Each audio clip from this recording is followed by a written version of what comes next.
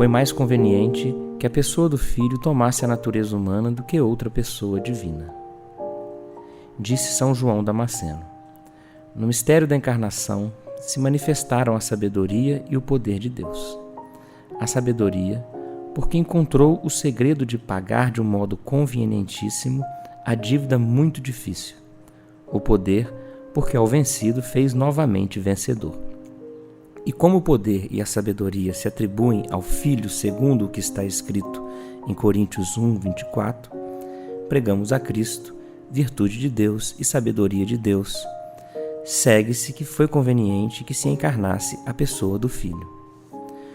Mostra-se que isso foi muito conveniente, primeiro, por parte da união, porque se unem convenientemente as coisas que são semelhantes, e de um modo se observa certa semelhança entre a pessoa do Filho, que é o Verbo de Deus, e todas as criaturas, porque o verbo do artista, isto é, seu conceito, é a semelhança exemplar de todas as suas obras. E o Verbo de Deus, que é seu conceito eterno, é a semelhança exemplar de toda criatura. Portanto, assim, como pela participação dessa semelhança foram criadas as criaturas em suas espécies próprias, ainda que mutáveis, do mesmo modo, pela união do Verbo à criatura, não participada, mas pessoal, foi conveniente reparar a criatura ordenada à perfeição eterna e imutável, porque o artista repara sua obra se deteriora pela mesma forma artística que concebeu ao criá-la. Também se prova a semelhança especial da união com a natureza humana, porque o Verbo é o conceito da eterna sabedoria, da qual se deriva toda a sabedoria humana.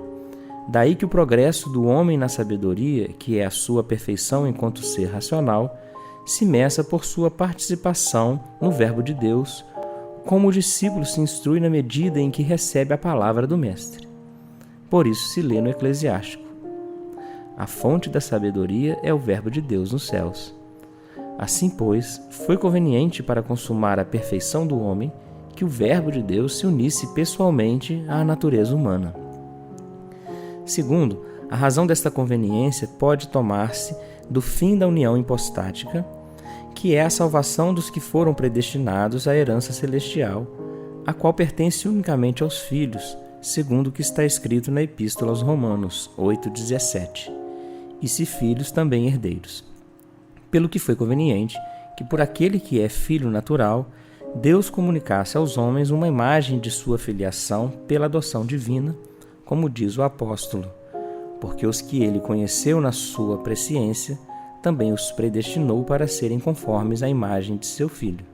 Romanos 8:29.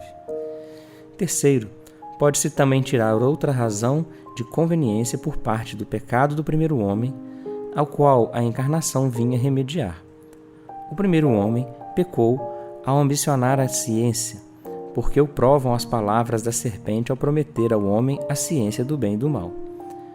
Foi por isso conveniente que fosse conduzido a Deus pelo verbo da verdadeira sabedoria, o que dele se havia apartado pelo apetite desordenado da ciência.